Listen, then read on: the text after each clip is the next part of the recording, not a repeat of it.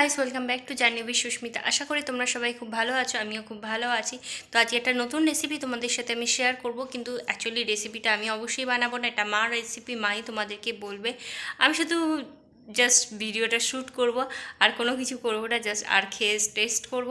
এই দুটো কাজই আমার, বাকি সমস্ত কাজ মার। তো চলো যাওয়া যাক, গিয়ে দেখা যাক রেসিপিটা কি আর কি করা হচ্ছে, আগে প্রসেসটা সেটা সমস্ত কিছু তোমাদের সাথে শেয়ার করব আমি। প্রথমে ময়দা দিয়েছিলে তাই তো, তারপরে সুজি।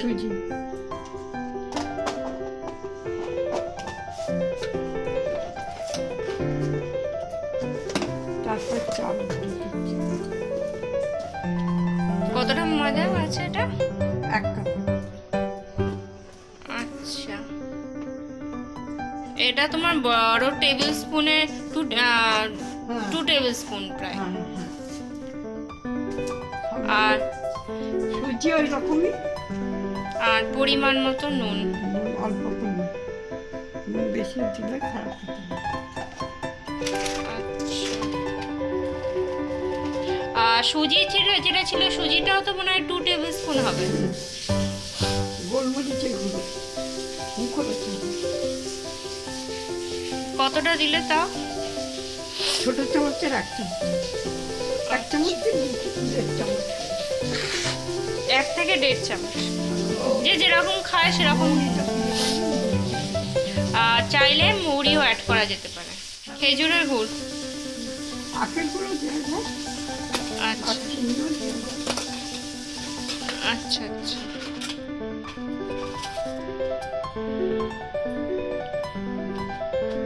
যে যেমন মিষ্টি খায়, মিষ্টি কেউ বেশি খায়, কেউ কম খায়, এটা তার ইচ্ছা মতো দিতে পারে।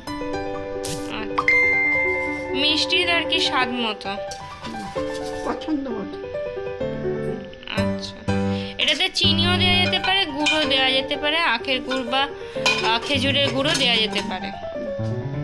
আখের গুঁড়ো দিলে লাল হবে, আর চিনি দিলে সাদা। এরপরে নারকেল গুঁড়ো 3 চামচ অ্যাড করতে হবে।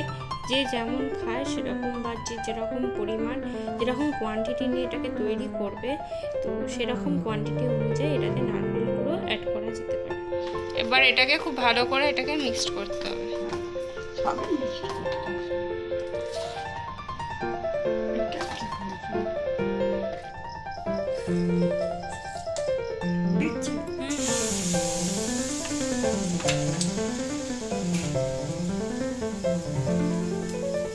এটা কি খুব কড়া করে ভাজতে হবে নাকি ভাজতে হবে তো ভালো। আলুটি কাঁচা থেকে যাবে, ভিতরটা ভালো করে ভাজতে হবে। তো এটাকে ভালো করে বেশি ভাজার জন্য তাহলে কড়া করে ভাজতে হবে। লালচে করে ভাজতে হবে। আচ্ছা,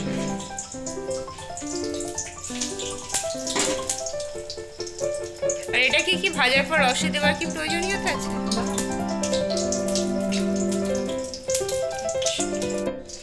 এটা বেশ কিন্তু ভালোই ফুলেছে। প্রত্যেকটাই ফুলে আমার।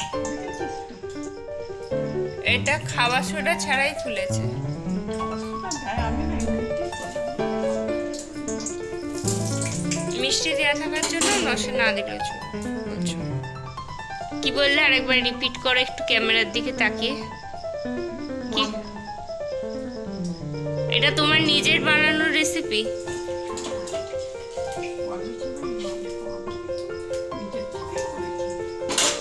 আচ্ছা, তার মানে এটা তুমি বলছো যে কি বলে, তুমি এটা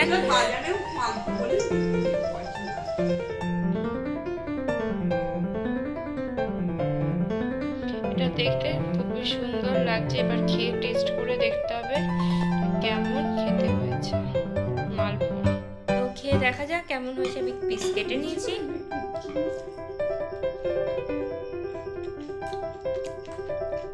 মিষ্টিটা একটু কম হয়েছে, একটু হলে ভালো হতো, তবে আমাদের হিসাবে ঠিক আছে। এটা আমরা আসলে একটু কম মিষ্টি খাই, তো সেই জন্য এটা ঠিক আছে, বাট এমনিতে খেতে ভালো হয়েছে।